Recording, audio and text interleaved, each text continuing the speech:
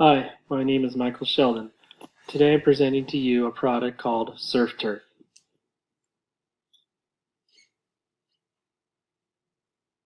No, it's not surf and turf that you eat. This is SurfTurf, a changing mat for those who are involved in ocean sports and tired of their feet getting dirty and their equipment getting dirty as well. Surfing is one of the most amazing sports on earth. Nothing beats the feeling you get with going out and catching some waves. My problem was that after this killer surf session, I would need to change out of my wetsuit.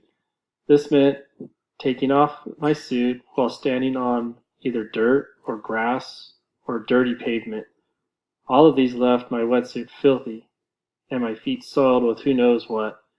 I knew there was something that could eliminate the hassle of a dirty wetsuit and feet after changing out of my wetsuit.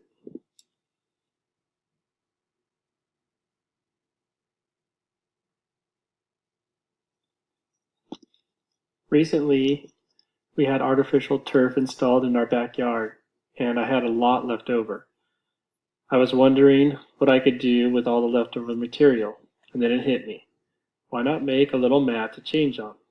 The artificial turf can be used on any surface. Its synthetic nature resists dirt and water and can be easily rinsed and cleaned.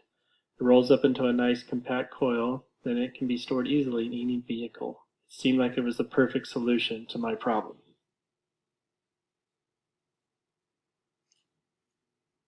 But you can see what the actual surf turf mats look like. They feel super good under your feet, just like walking on regular grass. And you can see how they roll up very neatly and can be stored anywhere.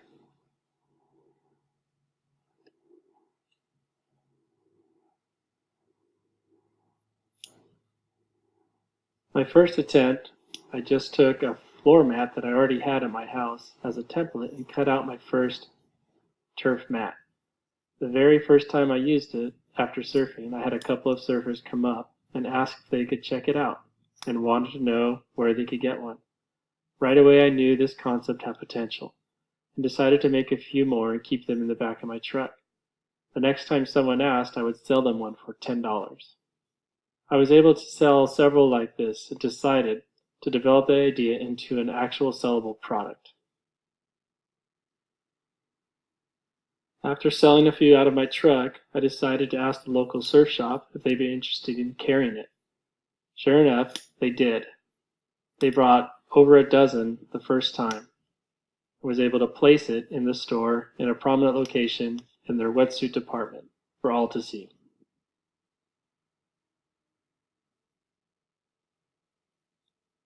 The target market, of course, for me right now is surfers.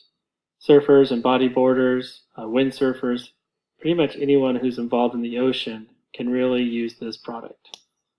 Most of the people approaching me when I first started using the product were in their late 20s and above that. I found that most of the younger kids and their teens weren't really interested. They thought it was useful, but at the same time, they were a little bit too cool to use something like that. So right now, we're just focusing on basically 27, 28 and up, those who worry about function more than look.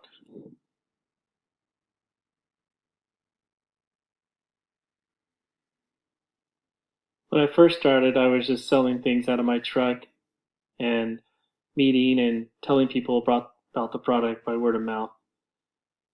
It's pretty easy these days to get an e-commerce site up and running, and some companies do it for free, so I figured that would be the next step. I'll also be working more with social media to try to get cool photos and get other people to post their photos on these social media outlets so the word can get out and more people will know about the product. Also like the idea of finding some key people around the area who really have a strong influence over the surf community and could promote the product to their friends and people that they know. As far as competition goes, there's only one real competitor. They're called Surfgrass. They started right about the same time as me, but have been more aggressive with marketing and advertising than I could afford or have time to do. However, the feedback I received from these customers who have purchased is that it's a little bit too expensive.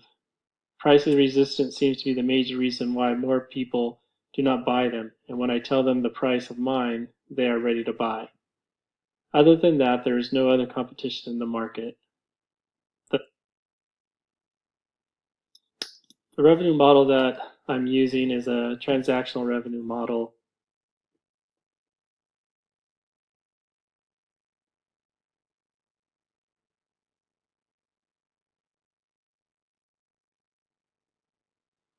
Here you can see a chart of my sales by week. The first week only sold a couple, and week 2 sold 3. Week 3, I must have been on vacation that week.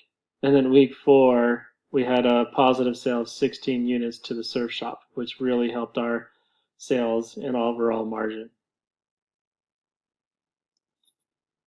Originally, my goal was to sell 10 units at $24 a unit the first 2 weeks and bring in revenue of $240.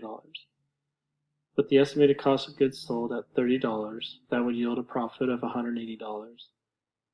I was only able to sell 5 in the first 2 weeks, unfortunately.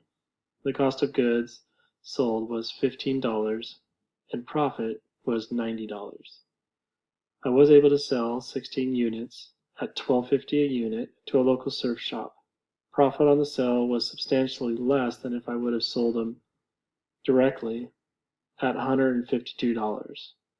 But the overall volume sold made up the difference. So total units sold was 21, and total profit from sales was $257.